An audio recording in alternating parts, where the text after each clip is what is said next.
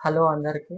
మీరు ఒక కొత్త ప్లేస్‌కి వెళ్ళినప్పుడు వెంటనే ఇన్‌స్టాంట్‌గా రెస్పెక్ట్ ఎలా పొందాలంటే, ఆ కొత్త ప్లేస్‌కి వెళ్ళినప్పుడు వాళ్ళేం జేస్తారంటే కొంతమంది మంచిగా మాట్లాడతారు. కొంతమంది చెడ్డగా మాట్లాడతారు. కొంతమంది రెస్పెక్ట్ ఇచ్చి మాట్లాడతారు. కొంతమంది రెస్పెక్ట్ ఇయ్యకుండా మాట్లాడతారు.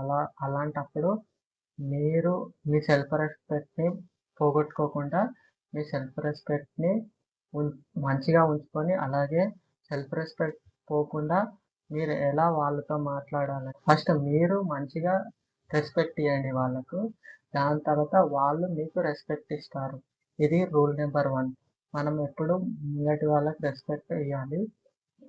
ఒకవేళ మీరు రెస్పెక్ట్ ఇచ్చినా కానీ వాళ్ళు రెస్పెక్ట్ ఇయ్యలేరనుకో, ఒక ఎగ్జాంపుల్, ఇప్పుడు మీరు మంచిగా మాట్లాడారు. కానీ అందులో కొంతమంది ఎట్లంటే బ్యాడ్ వర్డ్స్ యూజ్ చేస్తూ, ఇంకా మిమ్మల్ని ఇష్టం వచ్చినట్టు తిడుతూ, మీ సెల్ఫ్ రెస్పెక్ట్ పోయేటట్టు మాట్లాడుతూ అలా చేస్తారు. అలాంటప్పుడు మీరు వాళ్ళకు ఇలా ఇలా మాట్లాడొచ్చు. ఎలానంటే, ఆ మాట నువ్వు తిట్టకుండా కూడా మాట్లాడొచ్చు.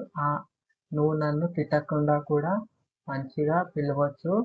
నువ్వు తిట్టకుండా గూడా అది అది చెప్పొచ్చు అని ఇలా అనొచ్చు.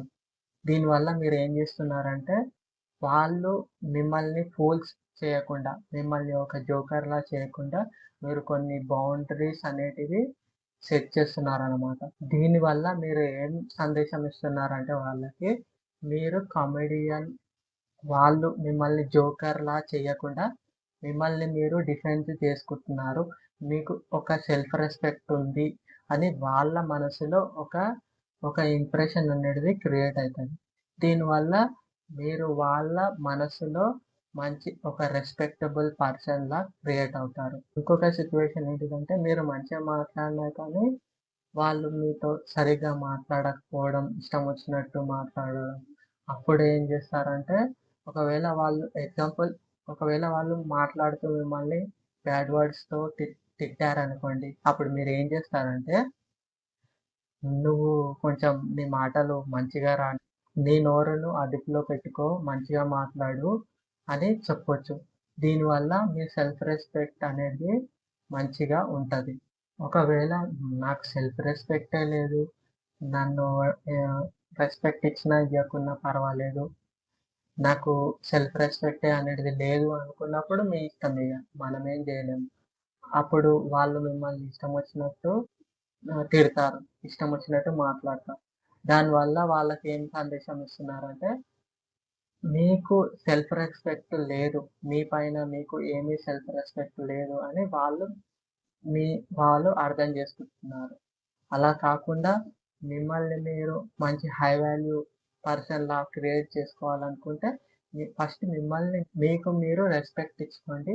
దానివల్ల వాళ్ళకు మీ పైన ఏం క్రియేట్ అయితదంటే, మీకు ఒక రెస్పెక్ట్ అనేది ఉంది అని మీరు చెప్తున్నారు. ఇలా నా లైఫ్‌లో ఇది రియల్ లైఫ్ సిట్యుయేషన్. దీనివల్ల మీరు ఏదో ఒకటి నేర్చుకున్నారు అనుకుంటున్నాను. ఇలాగ మీ లైఫ్‌లో ఏదన్నా సిట్యుయేషన్, ఇలా మీ లైఫ్‌లో మంచిగా హ్యాండిల్ చేసిన సిట్యుయేషన్ గానీ, మంచిగా ఒక గెలిచిన సిట్యుయేషన్ గానీ, మీరు అందులో ఒక హీరోలా అయిన సిట్యుయేషన్ గానీ, ఏమైనా ఉంటే ఇ నాకు షేర్ చేయండి. నేను మీ స్టోరీని బ్రాడ్‌కాస్ట్ చేస్తాను. దీనివల్ల మీరు ఫేమస్ అయ్యే అవకాశం ఉంది.